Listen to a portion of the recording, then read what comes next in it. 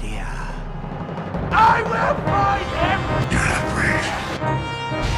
Men are brave. It's not about deserve. It's about what you believe.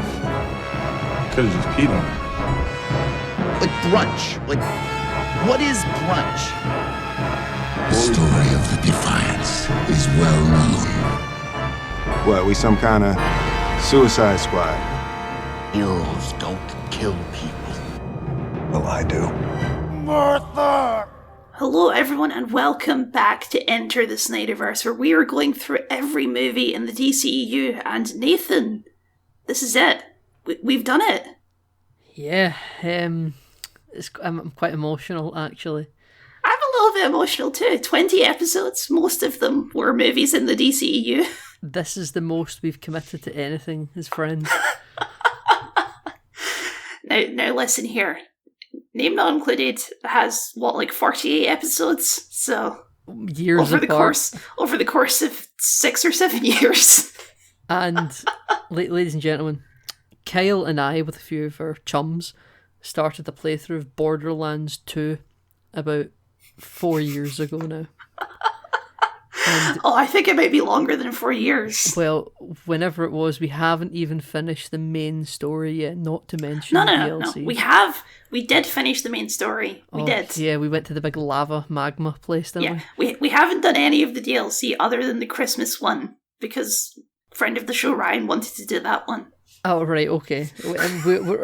So I don't remember the story, except to say that it feels like one thing led to another and we were at the boss fight. I remember Tiny Tina sending a train off the edge of a cliff. And there's Mr. Hemlock. Mr. Hemlock. Is that his name? The Safari man. Oh, Hammerlock. Hammerlock, yeah, and he's there at the start of the game, and that's kind of all I really remember of Borderlands 2. Well, this is all completely irrelevant to the DCEU, but I'm glad for this little tangent about Borderlands. Of course, but we're always happy to hear a little bit of Borderlands, though we're never happy to play it, apparently. Yeah, so that's us. Kyle, I'm Nathan. I didn't introduce myself. Yeah, I'm Kyle. Wahoo! I'm Nathan Oceanmaster. Nathan, this is the end of the DCEU, isn't it? This is... Yeah, this is how the DCEU ends. Not with a whimper, but with Patrick Wilson eating a cockroach.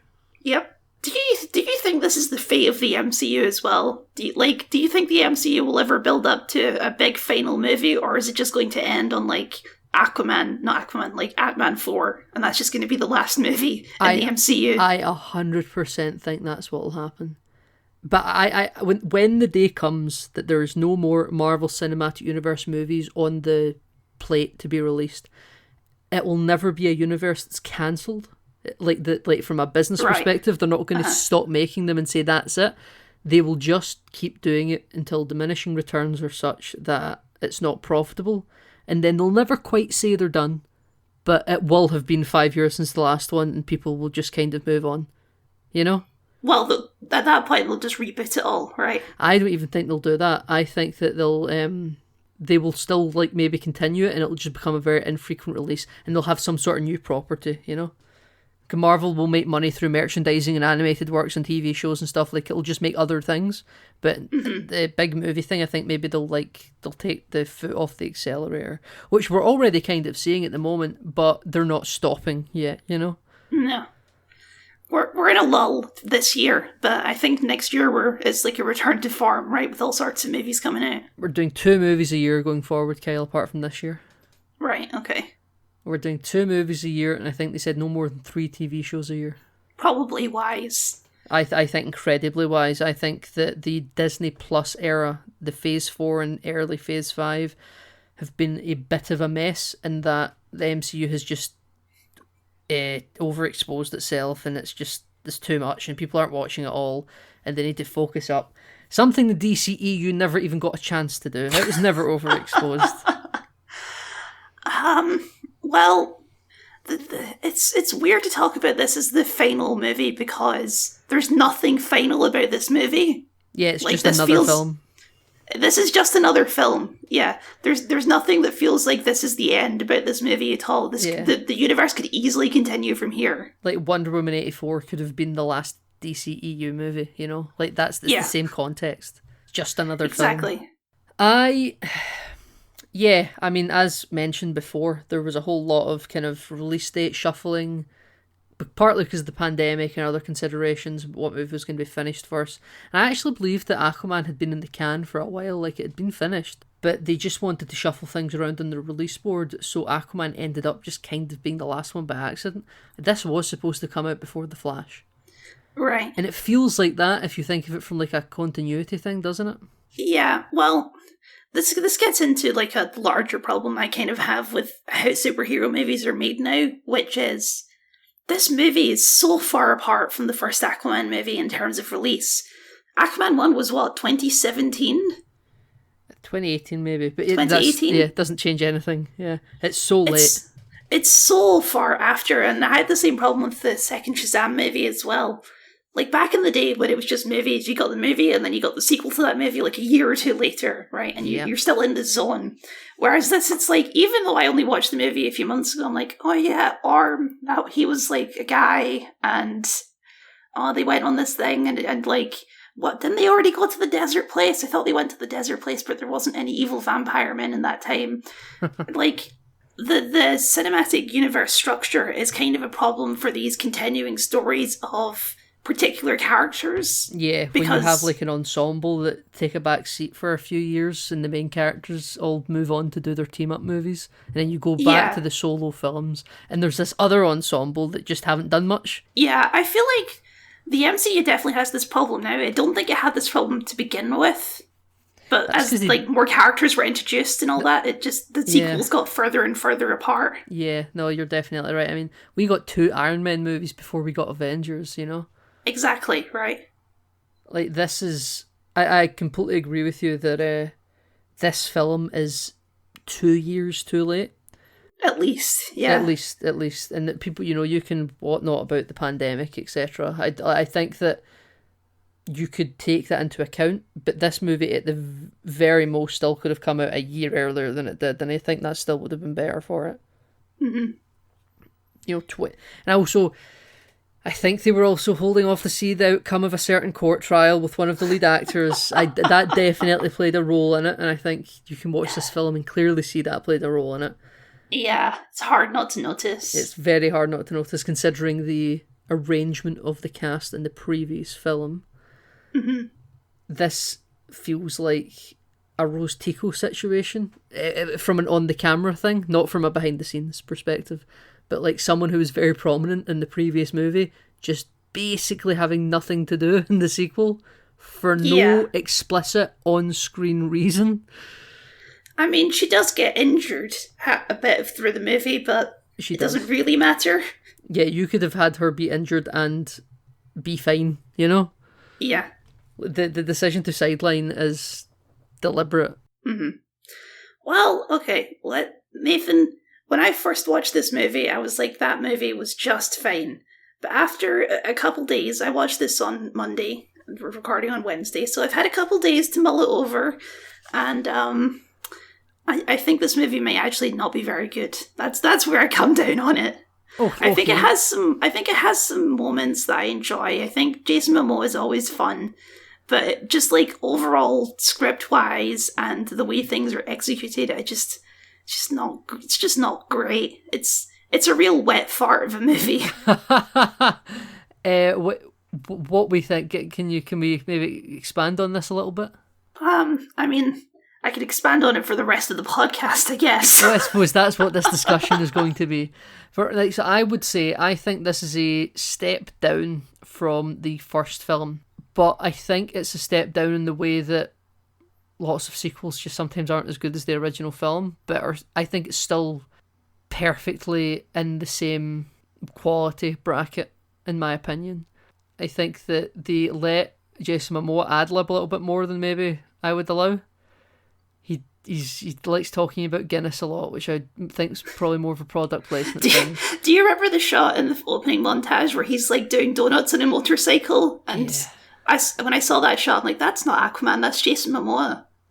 Like, just that specific moment, it's like, that's not a thing Aquaman would do. That's just Jason Momoa having fun on a motorbike. Yeah, absolutely, yeah. There's bits where he's talking about what he wouldn't give for a big greasy cheeseburger right now. And, all that stuff. Like, I think that the script of this film is inferior to actually quite a noticeable standard. I would actually say the script is probably the most obvious step down in quality. Yeah. But I think the story is... Because if you remember the first Aquaman, it feels like this big, wide, expansive undersea world that could very much be disconnected from the rest of the DCEU. Yes, it's very Lord of the Rings-esque. Yeah, yes. And I think this film follows that trajectory very well. I don't know about that. Oh, it's the big evil kingdom with the Sauron-esque kind of person enshrined in ice, and there's this trident that whispers to them and tries to get it back to You its say master. Lord of the Rings. I say Rise of Skywalker. Is there like a MacGuffin in that film that tries to draw? Because Kylo Ren knows where Palpatine is and speaks to Palpatine right from the start of the film. There's an evil dagger that points you to the specific place on the Death Star, remember? Oh yeah, but that's not directing you back to Sauron, or in this case, Euron Greyjoy from Game of Thrones. It's more so like the way the movie is structured, where it's like, we have to go to this place, and then we have to go to this place to talk to Jabba the Hutt fish, and then we have to go to this place and with this evil, like, magic island with big bugs. And it's just a bunch of, like... Is that not kind of what happens in the first film? This is what I mean by, like, I feel... Because we spoke about, briefly, me and Kyle discussed the critic reception last night, and I genuinely think reading them, most of them could just be interchanged, because some people will say the first one is this big CGI action spectacle that, doesn't let you breathe and it's just really good. And I just think that the underwater hair stuff looked a little bit worse in this movie, but I don't know if that was just maybe my internet giving me a low resolution stream. It definitely did. A lot of the underwater CGI doesn't look nearly as good. I don't know if they had less budget towards it or something. But I think that only really something I noticed in the scenes where people are in the water having a chat. I actually think the big action set pieces were equally as good. There's like a continuous shot of Nicole Kidman when she's doing like an underwater action scene, and it just looks so like fake. There's a moment later in the movie where they climb up onto a bridge, and it's like CGI figures running along a bridge for a little bit, and it honestly reminded me of Star Trek Enterprise. There's an infamous shot in Star Trek Enterprise of these two like horrible CGI men walking along a bridge. Yeah. And that's what it reminds me of. Is that the Xindi super weapon? Yes, I think so. Yeah. I it's up there with the two guys standing on the crater of, was it Los Angeles that gets blown up? Oh, yeah, and it's Florida. It's Florida. Not the state of Florida, but it's somewhere in Florida. Uh-huh.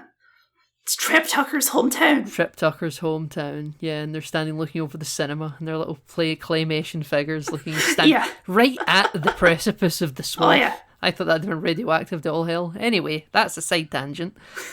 I think that the action sequence where they're flying through the city when the villains are trying to get away with the orichalcum, I think that just all looked very good, and they're like, watch out for the civilians and stuff, and you get like the city still feels like a character. We spend less time there, but I think that the through line of, this isn't just a city that's a backdrop for the main characters to walk around in this NPC space. You see the people in the shops, and you see the couples having dinner and everything flying through. I think a lot of the underwater stuff in this movie feels less magical than it did in the first movie. There was such like a specific vision in the first movie, and then in this one, a lot of the underwater shots, it's just kind of like dark and damp and kind of boring looking.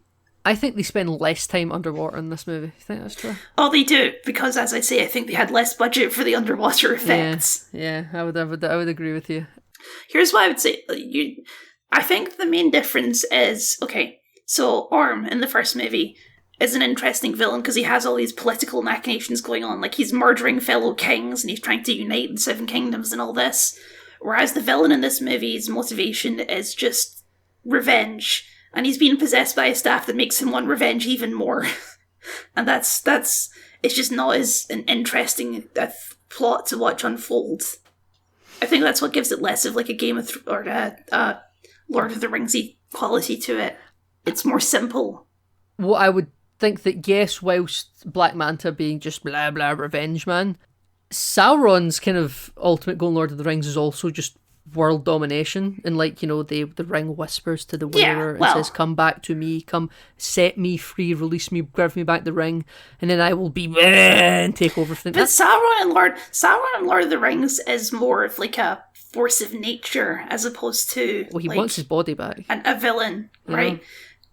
But like the actual interesting things that happen there is like the conflict of like, oh, is Frodo actually going to keep the ring? And then he has his duel with Gollum, and that's like the actual intrigue of that scene, not the big monster man. Oh yes, but in terms of the what is happening, what is the goal here? And the goal is the ring wants to go back to its master, and you also want to take it near the master to destroy the thing. Now, in that, I would say this isn't happening. You just need to snap this black trident and get rid of it, and that's kind of the end of it, because Black Manta without the trident... Counterpoint, the villain comes back at the end, and there isn't even a boss fight. He just throws a trident at him and he's dead. It's because we've not got a lot of time to deal with it, yeah. He's still powering up. But because there was something that I quite liked, that when Orm takes the black trident, we're just jumping to the end right now, when Orm gets the black trident, and, you know, he's being whispered to and all that, and then Black Manta tries to attack Aquaman, and he doesn't have the powers anymore. Yeah, Aquaman just knocks him out. Like, he has nothing. His powers were imbued by the trident. In the first one, he was alright, but he had these big, you know, fish helmet mask on, which he didn't have in that he had like an Iron Man suit thing going on. Yeah, now he didn't. Now he doesn't. It was like Atlantean's special ops outfit he had there, spray painted black in the first film. Now it's just... Yes. Now it's just... he's such a Dr. Evil in this movie. God. Oh my god. Yeah. But he has nothing in this, and where the evil Night King man is like swirling round Arthur and Orm, where they're both holding the trident, and he's just goating both of them. He's like, whatever fucking one wins, I don't care, because either of them will serve my purposes. So I do think there is some of that intrigue in this film, and I just read it throughout. Yes, Black Manta's standard suit. Black Manta isn't exactly, in my opinion, the most compelling villain this movie could have put in. The fact that he's back is a bit kind of... his toy sold well. We teased him at the end of the first movie, so I guess we have to do this. And we'll bring back Randall Park for the entire movie, I guess. Did you remember Randall Park in the first one, Kyle? I remembered Randall Park. He was on the news talking about how he was like an Atlantean conspiracy theorist. I remember. Yeah, he was like a scientist. It's like, there is something down there, and everyone was like, you're crazy. You're a fucking nut job. And it turns out he's proven correct, and now he's working for Black Manta because Black Manta would fund his research or something. Or something. Where does Black Manta get all his money? He's independently wealthy. Is he? Okay. He's like Count Dooku. Right. He's inherited wealth. He really bought into... He inherited a knife in the last movie. I don't know about a fortune. He really bought into the Bored Ape Club for NFTs, Kyle. Where did he get his henchmen? So this is what I'm saying. So I note this here, where I'm like, the henchmen at first thought they must have been getting paid for this, right? They're just mercenaries on like a science expedition to secure MacGuffin, right? Yeah. And then by the end of it, they've got tailor-made sailor outfits. Yeah, they've got these evil leather outfits. Yeah, and they've got like head things that you pull over your head like it's a wet cap. So it's they meant for literally look like Dr. Evil henchmen. Yeah, they look like Doctor, specifically in the third one where he has a big Dr. Evil shape. Yes. So the same way this guy has a Black Manta shaped submarine, right?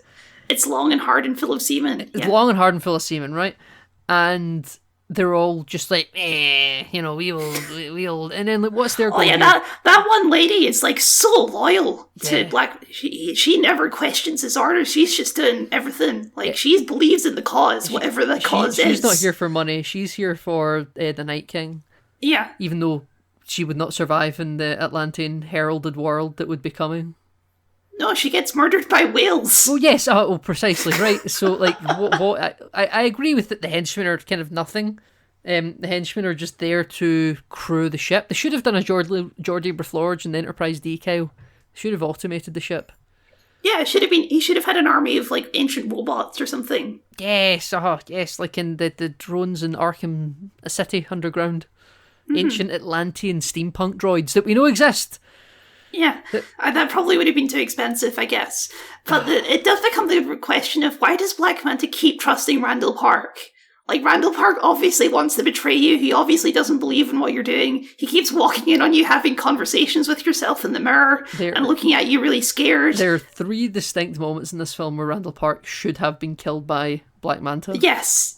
And I guess Black Panther just really likes him, just doesn't want to believe that Randall Park would ever betray him. I just think it's insane that, like, okay, he has two major henchmen left at the end of the movie. He has Randall Park, who continually tries to betray him and keeps giving away their location. Actively betrays him at one point. Yes, and he has super loyal woman who never questions anything he says, and he says, Randall Park, you carry this baby. She's and, like an, and I trust you to carry this baby like to the end. Melinda May. She is. She does look a little bit like, what's her name? Fennec Shand, actress name. Ming-Na Wen. Ming-Na Wen, thank you. I thought they looked a bit similar. But yeah, she dies in a nothing way though. No heroic end. They're just wailed out. I mean, neither of us even know her name. So. Yeah, just evil henchman number 1, I suppose. Yeah.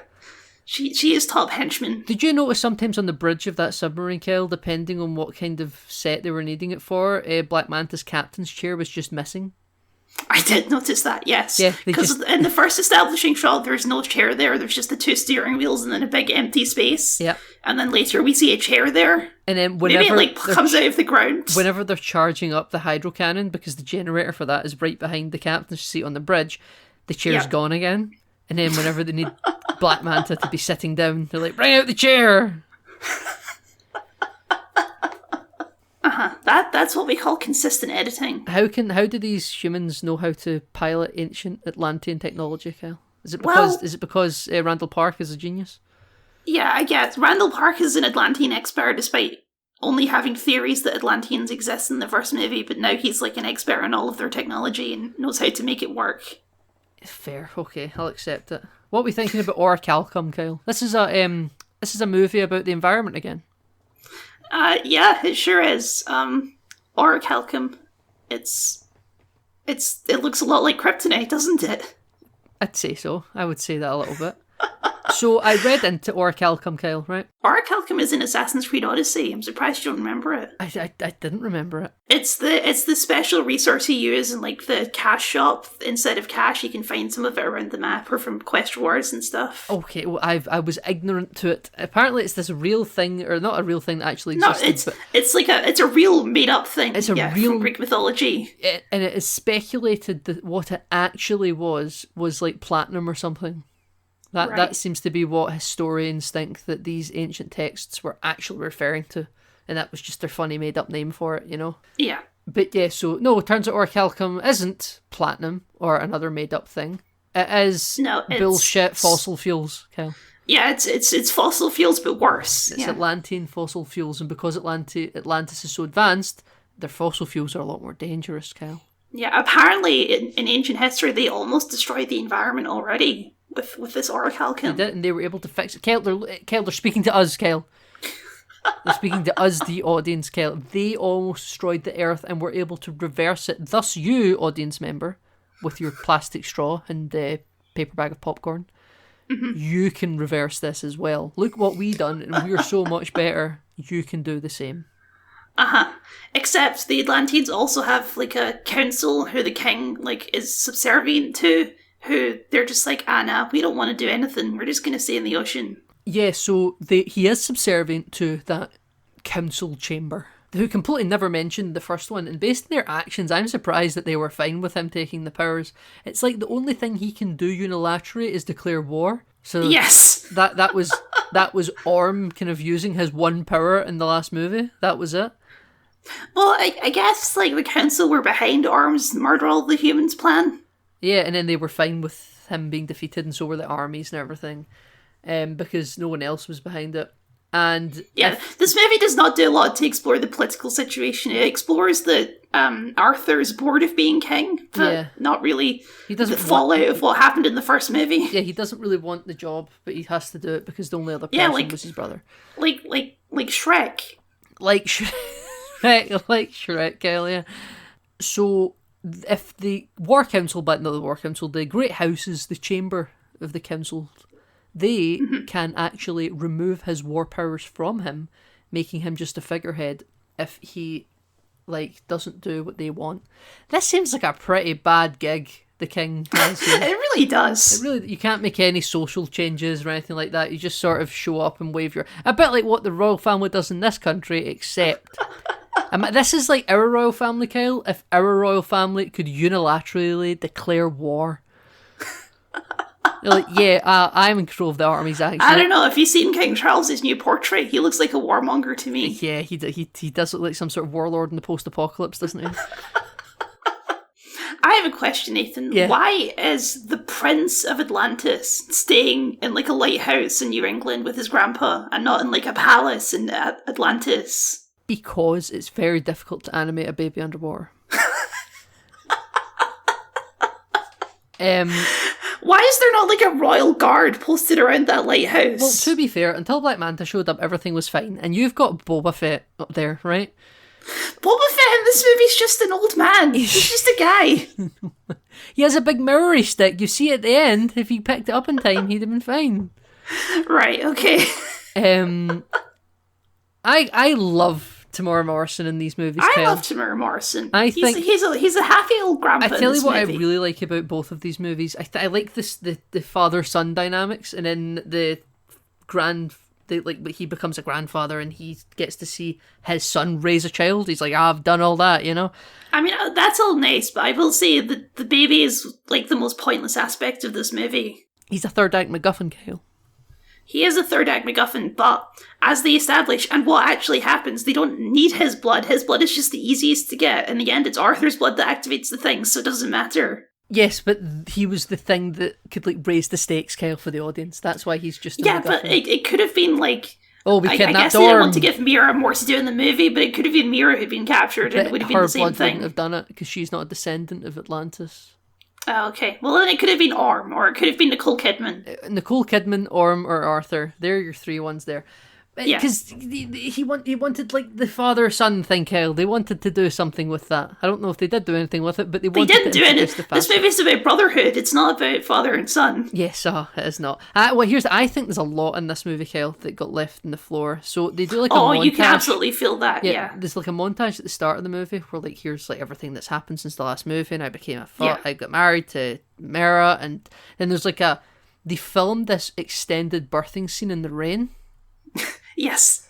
And very interesting, that they give birth in the water because, they're Atlanteans, but they're semi outside of water. Maybe the baby can't breathe outside of water at birth, or like in underwater at birth, maybe. But do Atlanteans all go to live on like a small island every time they're born? Well, that is a thing some species do, is it not?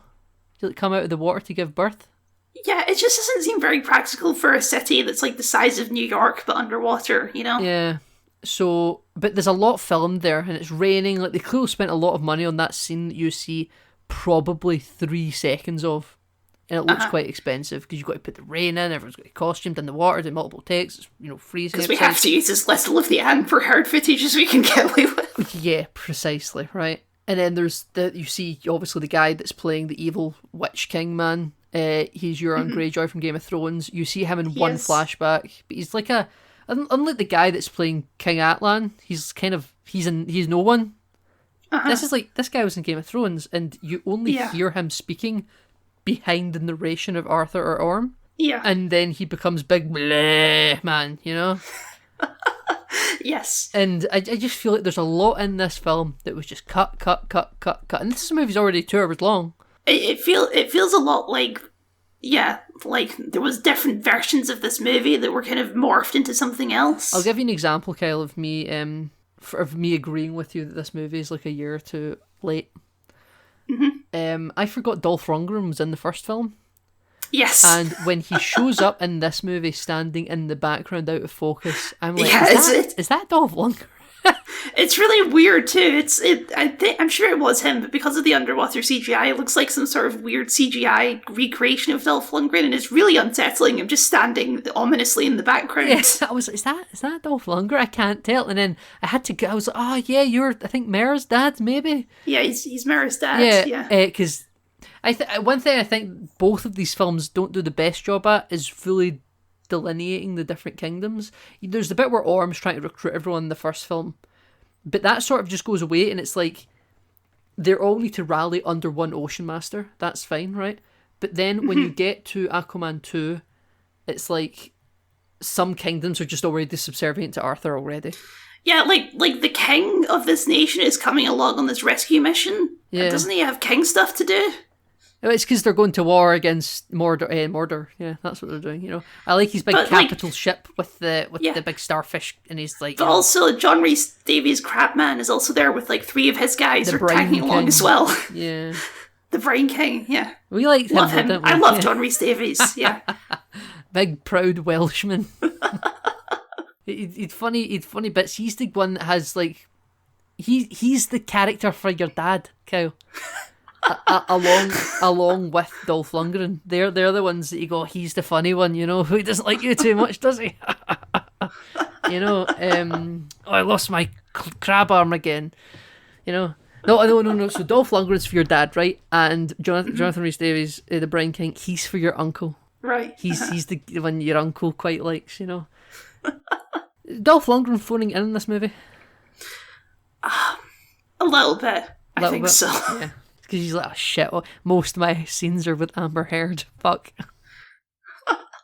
I mean, his only real dynamic is this whole sort of like learning to forgive Orm or whatever, Yeah. I guess.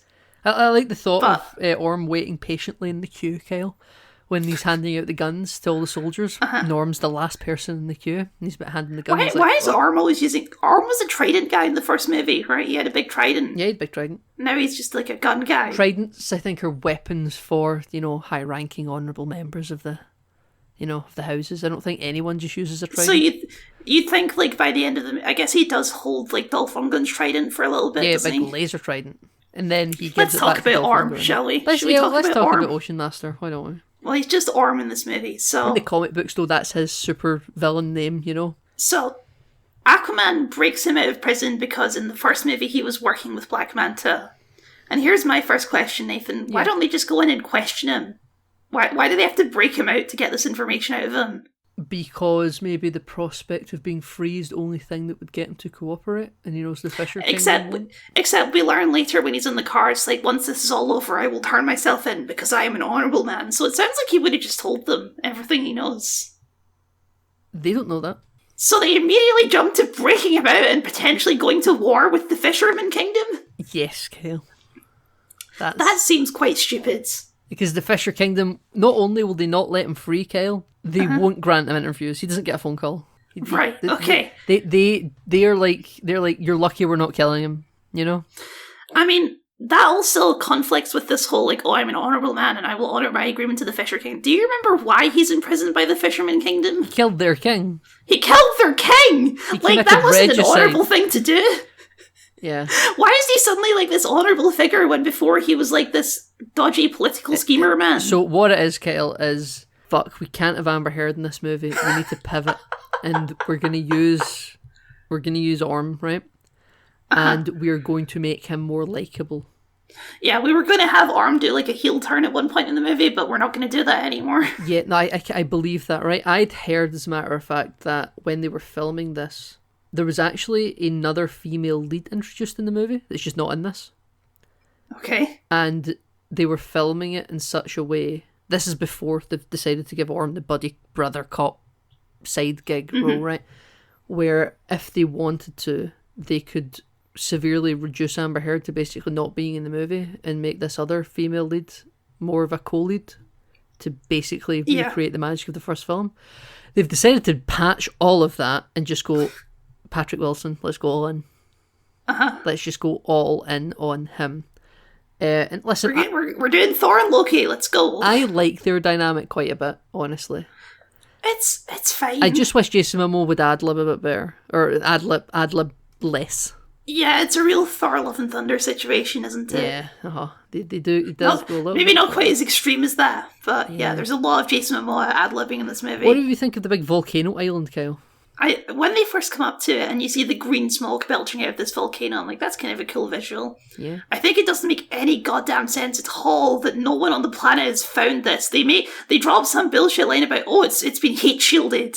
It's like, yeah, but it's a volcano belching green smoke. People I'm on pretty ships sure past that, you know? Yeah, one of Batman's satellites would pick that up pretty quickly. I mean, it's possible that, because it's an ancient refinery, when it's not in use, because no one's burning orichalcum anymore, it's just not doing anything. It's like a dormant volcano. It's just... No, but they've been doing this for like 5 months, right? Yeah. So people would have seen this by now. People would be like, wow, the Earth is like really superheating. Climate change or global warming has advanced like 100% in the last 5 months. Maybe we should look for this volcano that's belching green smoke and destroying the atmosphere. I don't know. I think what you need to read into that, Kyle, is that Bruce Wayne is in the pocket of big fossil fuel.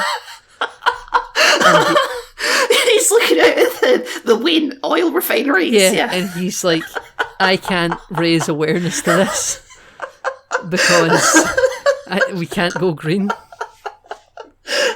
You know? He's like, I can't raise awareness to any of this. Like, he knows about the refinery, Kyle. Do you think that would have been Ben Affleck's cameo in this movie? Yeah. Oh, he's actually working with David Crane. He's on Black Manta's side. David Crane. He's like, God, listen, I just so you know, your heat shield ain't shit. I'm Batman. I know about your refinery, but I make so much money from these oil refineries in the North Sea. I can't out you because then everyone will know. The Orichalcum refinery is actually, because it's all broken down because it's ancient Atlantean tech, he's had to get spare parts, and that's supplied by Wayne Enterprises. What reveal that would be if, like, Aquaman turns over one of those big containers and it just says Wayne Tech on it. Dun, dun, dun. Terrific, Kyle. Absolutely tremendous. I think I would sit up in my chair. You know that? I would sit forward and go, oh, it's picking up a notch. You know what this is, though? It's basically the same as the first movie where they go to the Hollow Earth and they find Nicole Kidman, right? And it's like this it's the same weird magical land. Except this time there's big bugs and there's a big rat, but it's already dead. So in my notes I say here that this place looks a bit like the Garden of Salvation from Destiny, which is just a gorgeous place. I love the Garden of Salvation. It's really nice. See, it really made me think of Pirates of the Caribbean, the second one. Yeah, and you've got when they're that scene at the beginning when they're all like running away from the dodgy, racially insensitive tribals, yes, right? Uh-huh. They're running through the jungle away from the natives. Yeah, and they're in that big lake ball. Yeah, so I see the bit where Orm and Arthur run up to that big Atlantean statue and they got to knock it over and they're like, get to the edge of the cliff and they got to stop. Mm-hmm. That reminded me of Pirates of the Caribbean 2 and also Pirates of the Caribbean 4. Remember where they've got the voodoo doll and they chuck it off the cliff of Jack Sparrow and he just screams until it hits the bottom to know if he'll die from the drop? Yes. Because I think that there is kind of, the music sounds ever so slightly swashbuckly in this film. You know? Mm-hmm. Not quite as much as, say, Pirates of the Caribbean, but it is evocative of the same. By the way, this is tangential, but this movie was in widescreen. Why was it in widescreen? Yeah. Was it in widescreen when you saw it in the cinema? I don't remember. I'll be honest with you. I think I saw it in IMAX though. IMAX conversions can be a bit weird. So I don't think it was shot for IMAX. So the aspect ratio does kind of change as you watch. I'm not opposed to widescreens. I mean, I don't. A lot of people hate letterboxing, right? I don't hate letterboxing, right? I don't mind it. But see if there's a film that's shot in a gorgeous way that doesn't require the letterboxing, I'm all for it. See the 2K, just the regular Blu-ray of Avengers 2012. That's widescreen. Yes, and it is. There's no letterboxing on that, and that film looks like it could come out today. It looks better than Avengers Infinity War. It is so nice.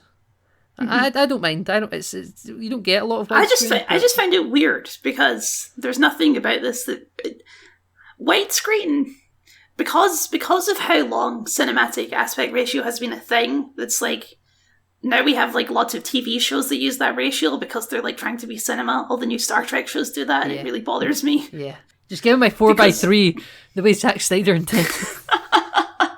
Yeah, but now widescreen has like this sort of like TV quality to it in my brain. Yeah. Which I don't know how to describe. Because in your head you feel like things are like cropped. Yeah, or something. Yeah.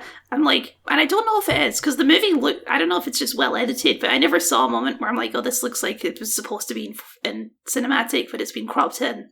So I don't know. It was weird. I remember watching it in the theatre, but I don't quite remember Letterboxd or anything like that. Again, because I saw it on an IMAX screen, I don't really know how that affects. I probably should have looked into this, but I didn't. Yeah, so. Ladies and gentlemen, you're in the final episode of this show. Well, almost. You should know by now that we don't research. No, we watch the film of course not. And we get on with it. The most I do is noting down the Rotten Tomatoes scores. That's why. That's the extent of my research. All my research is from stuff I pre-knew. If I didn't know it going in, I don't know it now. So, Aquaman gets an edgy, invisible stealth suit, Nathan. He does. Right? I like it. What happens to it after that scene? Did it break? It runs out of invisibility ink. Does it? When? I don't know. Why? It seems quite useful, Nathan. I don't understand why you would get rid of it. Yeah, I think he should arguably wear it all the time. Yeah. There's a lot of advantages to being invisible. It runs on Topo ink, and Topo went away to send the coordinates of them to the Atlanteans, and they couldn't cloak anymore. Well, at some point after rescuing Orm, they take him to a hairdresser. Maybe the hairdresser stole it. He only could pay with it. He paid with the invisibility suit. Yeah, this is how I'm going to pay. They dry in really quickly when they get out of the water, don't they? That's always a pet peeve of mine, when people get out of the water and they're dry 3 seconds later. I hate it. It's magic, Nathan. I understand. It's a film, and people must, not walk around absolutely soaking wet, right? Yeah. I get that. Then don't put them in a position where they're getting soaked. Give them like some sort of little skin tight ray shield or something that keeps them dry, please. It just bugs me, Kyle. I just don't get it. It's bad with Jason Momoa because he has the massive hair and the beard. And exactly. It's really obvious. It's so obvious. I think that they do Patrick Wilson a good makeup department look if he always kind of looks a bit wet. With he's the hair. He's a slippery little guy. He's real worm tongue, that guy. He calls him Loki, Kyle. Yes, I know. Just in case you weren't sure what film I have a question about this. Yeah. Is that a reference to the MCU? Like, in universe, is that a reference to the Marvel movies? In universe, no. For audience members, yes, it is, right? But then what is it a reference to? Because the whole, like, Loki-Thor dynamic is pretty exclusive to, like, Marvel. I think that it's just because he's like the god of mischief in mythology. And, you can't really trust him because he's up to his tricks. And that's, that's Orm because he was the baddie and we can't really trust him. Yeah, he was the baddie, but he wasn't really a Loki figure. He was... No, but he's... Like, he's not a trickster. But he's, he's up to no good, Kyle. And yeah, no, that's what I mean. It could be a bad, strictly transferable analogy, but the audience know it as a Marvel reference, There's no way it's an in-universe. Though, having said that, in Eternals, they do reference Batman as a comic book character. They reference Superman too. Yeah, I've never really been a fan of those references. I think it just kind of takes me out of it. But yeah, so I mean, listen, it could be a reference, but I just he makes an Iron Man reference at the end of the movie. He does something evocative, evocative of Iron Man. He doesn't say I'm Iron Man. I hate. See that canned scream that he has where he sounds like a cowboy? He says I am Aquaman and he does that scream and it cuts to black. He has a lot of going wahoo and all that in this movie. They're all like canned laughter tracks. That's what it sounds like. I feel like it's like his own Wilhelm scream. Like he said it once in Justice League 2017, the Justice League, and we're going to keep doing and they've decided it's his thing. He's going to have this big banshee wail in excitement when he does a thing. Like, no, please no. I think Jason Momoa's had a good run as Aquaman. I'd like to see more. Does he have the most appearances in these? So he's got a cameo in Batman vs Superman. Yep, he's in 2 versions of Justice League. He's in The Flash. He's in Peacemaker. He's in Peacemaker and he's got 2 Aquaman films. It might be Wonder Woman, actually, because Wonder Woman keeps showing up in everything. Yeah, she was in Shazam. But I guess Peacemaker, Shazam, they kind of balance off each other. Yeah. They could be tied. Yeah, they could be tied, yeah. They could be tied. I think that Jason Momoa said that he had a meeting with James Gunn and Peter Safran. Peter Safran, obviously producer of the Aquaman movies. Well, there's been rumours for years now that he's going to play Lobo, right? I don't really know anything about Lobo, right? I'll tell you that up front. He's a big goth character, right? And I think outside of the initial look at the visual similarities of them with the beard and the big hair and he's big man. Remember when everyone wanted John Krasinski to play Mr. Fantastic? Big fan cast. Yes. And then he showed up as Mr. Fantastic and we're like, okay, can we have someone else? That's For the record, I never wanted John Krasinski to be Yeah. Mr. Fantastic. I never but- cared. I've only watched the US Office for the first time in the last couple of months, right? I'm not a... He's very... I like him in A Quiet Place, you know? He's very good, very talented man. Do you remember when he did that YouTube show about good news and then he sold it for like $6 million? I don't remember this. This was during COVID. All right, okay. But I would say that this feels like that. Oh, he looks a bit like him. Let's have him play Lobo. I think he's really good as Aquaman. Frankly, I would be fine if he just continued as Aquaman. Though in the press junkets for this movie, he was like, "It's been a long road. You know, this is all coming to an end." Because they spent basically no money marketing this movie after the bomb. Oh, no. After the Flash, God, they didn't care. Right? They made such a big push. They to were make- just like, we have to get these movies out to get our taxes back or whatever. because Yeah. after because the Flash they really pushed and it flopped, right? After the Flash it was like it's done, and they done like a sit down with a big back screen projector of the Aquaman logo, and they were all sitting down like they're just talking. But Jason Momoa said it's been 10 years him playing this character. His first appearance was in 2016. His first actual role was in 2017. So maybe they filmed it in 2015, but this came out in 2023. That's still only 8 years. Maybe he was cast in 2014. He was rounding up. Was he maybe cast in 2014? But that's still only 9 years, Kyle, because the movie came out in 2013. Was he cast when Man of Steel came out? Oh my goodness. Sorry, but I have an emergency alert. Oh, okay.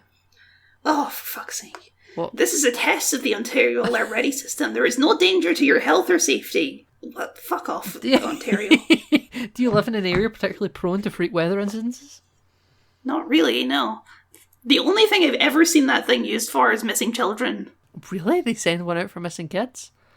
Yeah, quite a- and usually, and almost always when you look into it, it's like, oh, a parent of a divorce didn't return them in time, or whatever, and that's it. All right, okay. Like, it's never anything dramatic. It's quite a clever use of the system, though, I suppose, in terms of making it an actual public utility. Like, we're paying for it, might as well use it. Yeah, it's that, and I think maybe once I've seen it for severe snow, but that's about it. Yeah, severe snow seems like that would be its apt use in Canada. Yeah. Anyway, sorry, speaking of severe snow, I'm leaving all of that in, by the way. So, okay. Speaking of I severe don't know. snow. Speaking of so Black Manta's plan, right? We're on this island. He's just burning all of this orichalcum, right? Yeah. Because he needs to defrost the glaciers enough so that this ancient city is revealed. Or at least a weak No. point is enabled for them to break through. Yeah, but wouldn't it be more efficient and much less obvious to just get like a drilling operation set up? Yes, Kyle, but then you were defeating the message of environmentalism and fossil fuels that they want. Right. Kyle. Okay. Uh-huh. And they want that plot thread, Kyle. They want environmentalism. And drilling into an iceberg is... Maybe that's also really unstable, Kyle, because like you're like, when all the glacier parts start falling off, it'll just damage all the equipment and wreck it. Yeah, because when it's all melting, that's much more secure. Yeah, but you're not near it when that's happening. You wait for it all to melt and then you approach, you know? Okay, but the whole point, like, originally this orichalcum stuff was used for, like, fuel for, I assume, super advanced machinery, The right? steampunk robots. The steampunk robots. So, get some steampunk robots. Get some of those squiddies you've got for the Matrix and get them doing some stuff, you know? I thought they were just for underwater and then they start flying around in them outside the water. They do like an Inquisitor helicopter Yeah. blade thing, yeah. Yeah, they do. I quite like those squid transport vessels.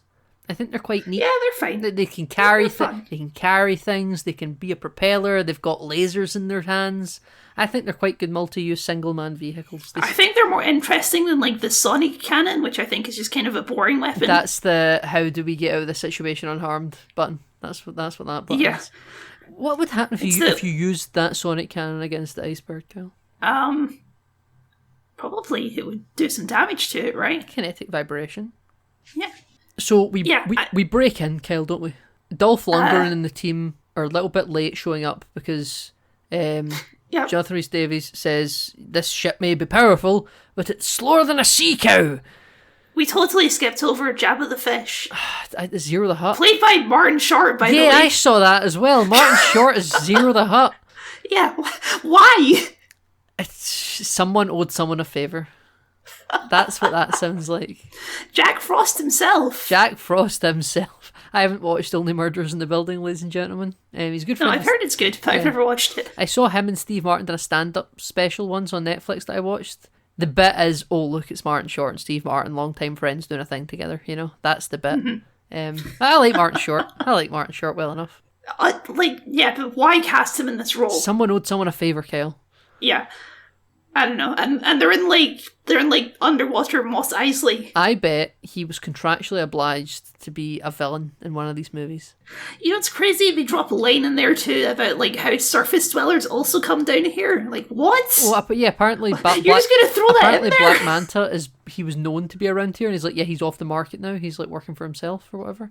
Yeah. So I guess there's like all of like the pirates of the world. They just know that this underwater crime den with fishmen exists. Yes. Okay. I think that. Fine. Yeah, I find that. See if I would have bought that if Atlantis had revealed themselves at the end of the first film. Yeah. But no, I actually kind of thought they already had revealed themselves before this movie, just through, you know, Justice League and everything. People know who Aquaman is. Like, he's taking selfies in the first movie. There's posters of him in Black Adam. Yeah, yes. Thingy has posters of him. Merchandise. He has an Aquaman t-shirt on. Yeah, so presumably, like, the general public are, like, familiar with the concept of Atlanteans and stuff. Maybe he's just, like, a one-off. He's, like, a metahuman, a bit like Killer Croc or something, you know, that speaks to him being just able to swim in the water and survive, but that doesn't speak to him being another species of human, you know? Maybe that's all that is, you know? I guess. It just, you know, he doesn't seem like a secret-keeping kind of guy, Arthur. Oh yeah, that's why he lives in a lighthouse. He lives with his dad. And, you know, that's fine, I guess. That's, yeah, because he doesn't really like underwater all that much, Kyle. Yeah, but he doesn't have a house of his own. No, he's just gonna... His dad needs help. Neither of us can judge, to be fair. I'm not judging Kyle, I'm supporting his choices, Kyle. His dad needs help around the house, right? He's a lighthouse keeper. It's not an easy job. It's not easy being a lighthouse keeper. Okay, sorry. They break into this facility. You were saying something there. So they break through the ice, Kyle. Right, They access the ancient city, and it feels like this iceberg is hollow, Kyle. There's nothing inside it except a big void. Yes. A semi-sunken city. Randall Park has some line earlier in the movie. It's like, well, these places wouldn't exist if not for global warming. Or something like that. What does that mean? I thought it was Atlantis. I guess it means the inside of the iceberg is melted, but the outside hasn't melted somehow. Oh, right, okay. So he's just saying if it wasn't for global warming, this would all be just a solid mass right now. I think that's what he was saying, the fact that there's water inside it, does that not mean a submarine could have went under and up? Or is it still whole outside underneath as well? Nathan, who the fuck knows? How can they, like, okay, are Atlanteans just not affected by the cold whatsoever? I guess not, because they live underwater. Yeah, I mean, you can get tropical parts of underwater, but it's still colder than it is above, you know? They probably prefer cooler temperatures. How strong is your typical Atlantean? Because, you know, a typical Atlantean, they can't survive above water, right? I imagine your typical Atlantean is still stronger than a human. Right, okay. That's what I would say, because you've got to have a certain level of bone density to survive underwater pressure scale. Because I guess, like, Orm and Aquaman, they're, like, roughly the same power level-wise, right? Yeah, sure.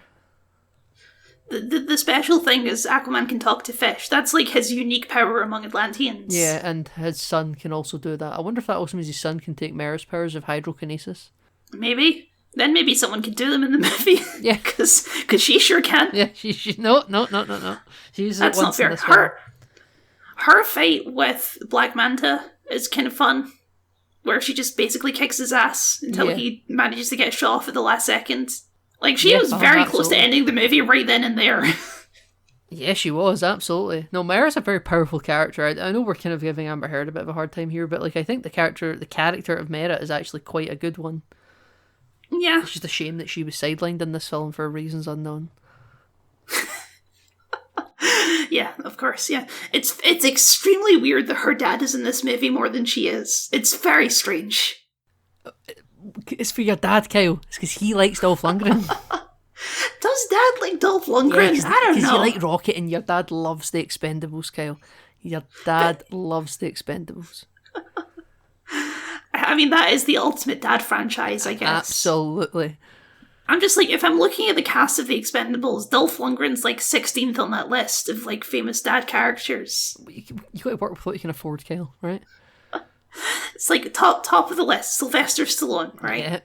Dad loves Sylvester Stallone. Dad loves Arnie. Loves Arnie. Yeah. But you got to work with what you can afford, Kel, right? Yeah. Dad definitely likes Jason Statham as well. Dad goes apeshit for Jason Statham. He's too busy making I just don't know if I don't know if Dolph Lundgren's up there on that list. I know he's definite because he kills Apollo Creed in Rocky IV, Kel. Yeah, that's like the big thing that he's known for, though. But he's the villain in that movie. Aye, so who doesn't? You have to like a good villain. Okay, he's a big man, and also maybe none of them auditioned for the role, right? And they couldn't afford them. They can afford Dolph Lundgren, right? Picturing this movie with Arnie as Mira's dad now. Honestly, not bad casting. He opens fire on an island, and he says, "Destroy that island," or something like that. Says, take that island down. Take that island down. Yeah, he does say that. He didn't even say that in character. He said it himself. And yeah, so they break back in. Randall Park's still alive. Good for him. Good for him. And they get swarmed by a bunch of like evil monster men that I guess were defrosted, like they were frozen in the ice. Yeah, well, you see that in the flashback with King Atlan sending out waves of ice that just sort of travel, and they just encase everything as they go. Because you see when Randall Park and Black Manta first go down inside that iceberg underwater, and they're diving, and one of the squid monsters isn't quite frozen. He's just like guarding it, I suppose, for some reason. I guess, yeah. You see like the frozen bodies inside it, so that must have been before it all defrosted internally, Kyle. Though even before that, it still had that void that they were able to stand in before they went down. There you go, Kyle. Oh, we didn't even talk about the other evil henchmen in this movie, the blood-drinking desert men. They're just fishermen people that were left, and they evolved to live on land when the Sahara dried up. I don't think they're as crazy as you think they are. Why weren't they there in the first movie? We didn't, because that's the same place, right? I think like that in the first movie could have been a different area of the same place. Because this is like a functioning prison that they're in right now. That was like another area they're in this time, Kyle. It still seems like a ruin. It seems like they're keeping him in a ruin. I think their whole society is in a bit of a ruin. Why aren't they just keeping him in the Fisherman Kingdom? Because if he's underwater, he's too powerful, Kyle. There you go. That's why they're only giving him little cups of water and dropping it in. He's there willingly. But in the first movie, Kyle, he was arrested because he was defeated and we don't trust him. And he also killed their king. They're not exactly being nice to him. I don't know. Those guys were weird. It was a weird thing to just throw into the movie. I thought it was fine. Yeah, it's whatever. I like Topo. I like Topo the Octopus. Topo was great. I wish he had more to do. So I also wish Storm had more to do. His big Aquaman. Insane. They introduced Storm and like he gets like a whole moment in the opening like narrations. Like, this is Storm. He's always here when I need him and always able to give me a boost. And he doesn't show up for another 2.5 hours. Yeah, he shows up at the end fight as well. Yeah, I feel like not at the end. He doesn't show up at the end fight. He just shows up at the end, like rescue. Yeah, he shows up to rescue Aquaman right at the end of the film. Yeah. I think Storm's also another kind of comics character for this. I would have liked more. Yeah, I would have liked more of a lot of stuff. Why? Okay, Nathan. Why? I love Tamara Morrison, right? Why didn't they just kill him off at that point in the movie? Because they want to make an Aquaman 3 when they shot it, Kyle, presumably. I think by this point they knew, right? No, because this movie, like I say, this movie had kind of been in the can for a while. Obviously they knew it was over by the time it was like in the cinema, but I don't think they didn't know when they were making it. Totally not. I don't know, like Black Manta, he's like, oh, he's gonna see you die, blah blah blah, and then he stabs him, and then he doesn't die just because they put him in a back to tank.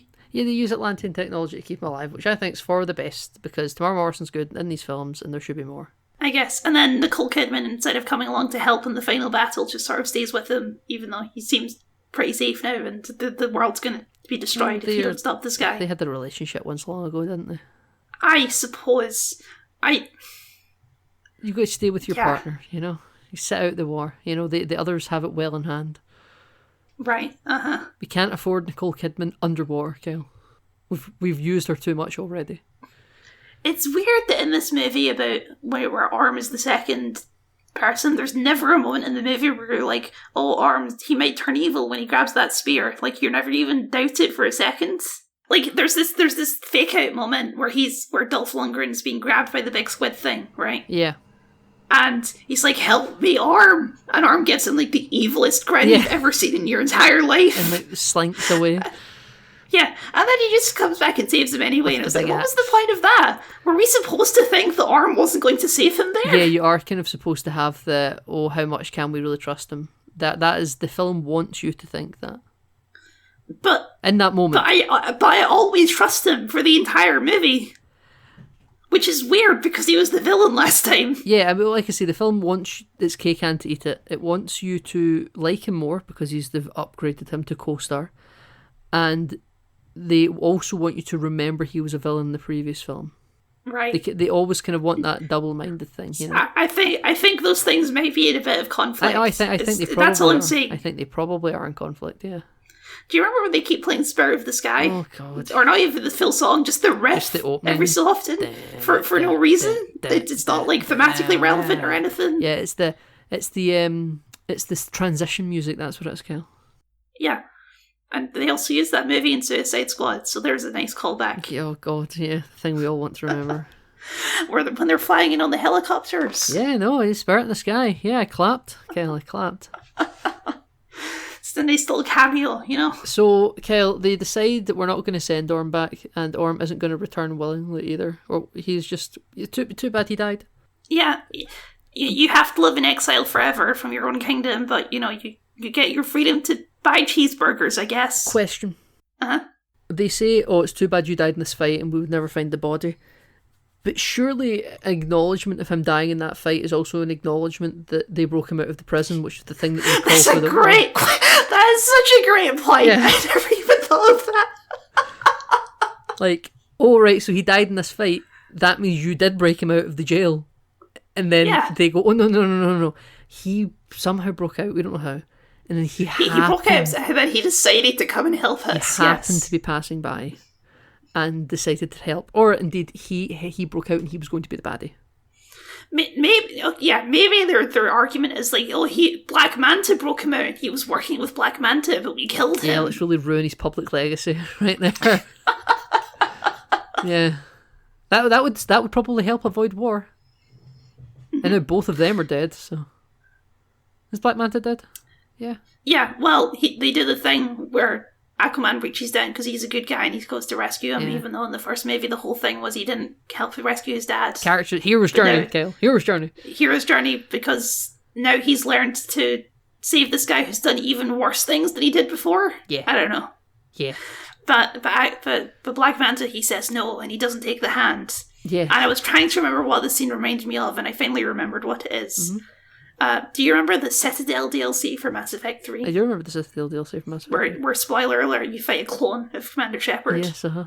And there's a scene where both of you are hanging off the back of the Normandy. Yep.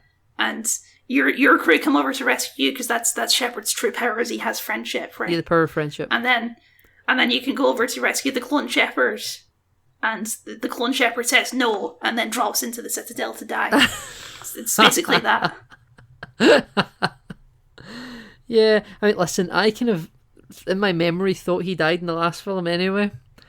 So, like, I mean, we talked about it. That fall he took in the first movie, he's dead. Yeah, like, I think it was because people just really liked him in the last movie and maybe were a bit disappointed. Well, no, because they show him in the post-credit. Remember, Randall Park finds him. Yes. I know. Not to say that, like, they retconned it, but, like, people were probably a bit disappointed. But because Black Manta's, like, the Aquaman baddie, if you like, along with the Ocean Master and stuff, and to make him like a henchman, though I guess he was a henchman of sorts twice in these movies, probably is a bit of a disappointment. I think he would really suit like a Spider-Man Homecoming level villain, like he's up there with like Michael Keaton's Vulture. Mm-hmm. Like Yahya Abdul-Mateen II, he's good, and he's trying his best to make this character something in this movie. Yeah, he is. He's not phoning it. He ain't Dolph Lundgren it. No.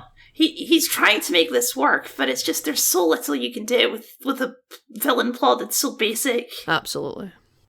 And then first of all, Aquaman reveals himself to the world, which New York exists in the DCEU, I guess. I'm fine with that. Whatever. Because usually Metropolis is New York, right? Yeah. Uh-huh. But there's just lots of extra cities in the Eastern Seaboard, Kel. That's what we need to accept. I guess that's it, yeah. Just don't worry about it. New Is the York, answer. Central City, Metropolis, Gotham that's twinned with Metropolis across a harbour. We have, what's the one from Central City. Central City. That's not the one from Suicide Squad, that's the one from Yeah, Flash. what's the Suicide Squad one? I can't remember. Is that not Central I don't City care. as well? It's something. It may also be Central City. Yeah, they go to that city twice. There's Philadelphia, obviously. Philadelphia, of course. Can't forget Philadelphia. Yeah. As you think you went through it, I don't think the New York Harbor is that deep to hold that massive. Like it looks Super like carrier. the supercarrier from Avengers. Yeah. It seems like it would probably be able to function in there, but not be completely submerged in there. Yeah. But And then he gives a big speech and he ends it with "I am Aquaman." I like that slow-mo shot of them all sort of walking towards the podium. He's got the Power Rangers, White Atlantean soldiers behind him that aren't seen enough in this movie. And the Brine King's agree. there, and Dolph Lundgren's there. Is Mera there? No. I think she might. She's usually when he's doing king stuff, Mira is like sitting on the side chair. Yeah, so. king shit, yeah. So And the council looking on is like, we don't approve of this. maybe she's remember we were in this movie. yeah. So how did he get over that hurdle of revealing them? Is it because I guess he just didn't ask them. He just did it. right, so now they're going to remove the war powers from him as well, and now he's going to be a figurehead. Yeah, or they're just going to dethrone him and they're going to make Arthur Jr. the king. I don't know. You know what they might be like? Okay, listen, he's went and done it. We're done. We need to just move on. We need to just accept this now. This is when he has an unfortunate accident when he's out fishing or something. Yeah, that's where he's found in a dumpster somewhere. And the council are like, oh, this is a great tragedy. Yeah. But we must move on. The last thing we ever heard from was doing a big cowboy scream. He was Doctor Strange loving a bomb as he went into the ocean. Yeah. So then we have our one post-credit scene of Orm sitting, but technically this scene happens before the credits, but then we get an extended section of it in the post-credits. Yeah, it's like Peacemaker. Yeah. Where we get an extended bit. Orm is just Well, having initially a it's a cheeseburger. callback because he says like, "Oh, you got to try a cheeseburger." So he tries a cheeseburger and he's like, He pays for it with the balloons. Atlantean gold or something. Yeah, the balloons. Yeah. And for some reason, the waitress is happy to accept that as payment. I mean, maybe she's like, I guess this is probably like solid gold. I don't know. She's like, I'm just going to pocket this and I'll just pay for the meal myself. This will help me retire. For all we know, that could be our set for life. He's actually done a great job of charity there. But yeah, he sticks a cockroach in the burger because the execution of this joke, because this is a callback to earlier in the movie when Aquaman like tricks him into eating a cockroach. Yes, so it's But like the execution of lobster this- of the land or something. Like the shrimp or something like that. Yeah. But the execution of this joke is like wrong or something. Like It's deadpan. it's so he's like, oh, you gotta try this cockroach, and we as the audience are like, oh, don't eat cockroaches are gross. And he tries the cockroach and he's like, oh, it's not bad. Yeah. And then Aquaman is like, yeah.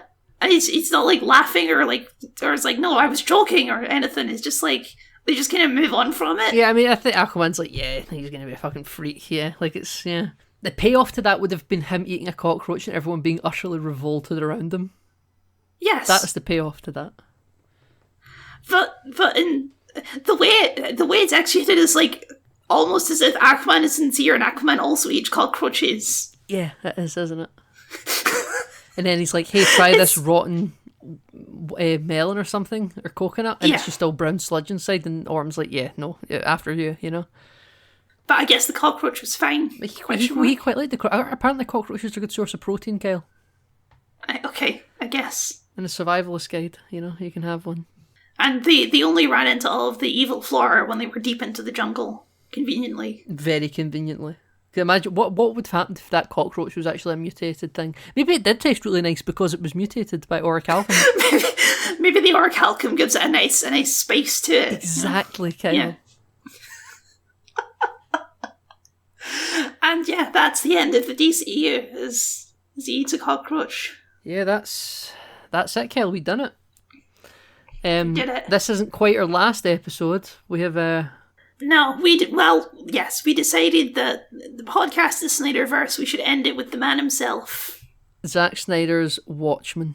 Yep. Which ended up being a DC movie, sort of roundabout the way, you know? Yeah, well, we're gonna do it. Yeah, we're because, gonna do it. Keep it on theme. We wanted something that felt a bit more final than Aquaman. Yeah, and this is The Lost Kingdom. a conclusive one and done movie, you know? But yeah, that's it. That's kind of... Well, I think we should probably do a deeper retrospective in next week's episode. But yeah, this is it. This is... Yeah, it is kind of weird to say that we're done. We have plans for the future after... We do indeed have plans. After the because we enjoy doing this. Yeah, we've had fun, but we will maybe reveal that more next week as well. I think that's fair.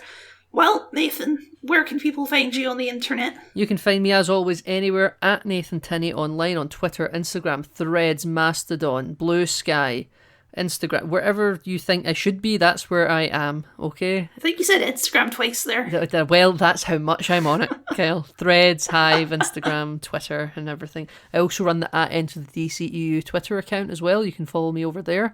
As well as my own @Nathan Tinney on Twitter, if you just want to see pure DC stuff, and that's where I post all of our episodes. Kyle, where can we find you online? People can, of course, find me at Kyle the Scot on YouTube, where I do video essays and game critiques and other such things. And I don't really use other social media. I lurk sometimes, but I don't post anymore, really. So, if anything really juicy happens, YouTube. I send it to him. Yes, Nathan is my window into the world. Oh God, what a prism I put everything through.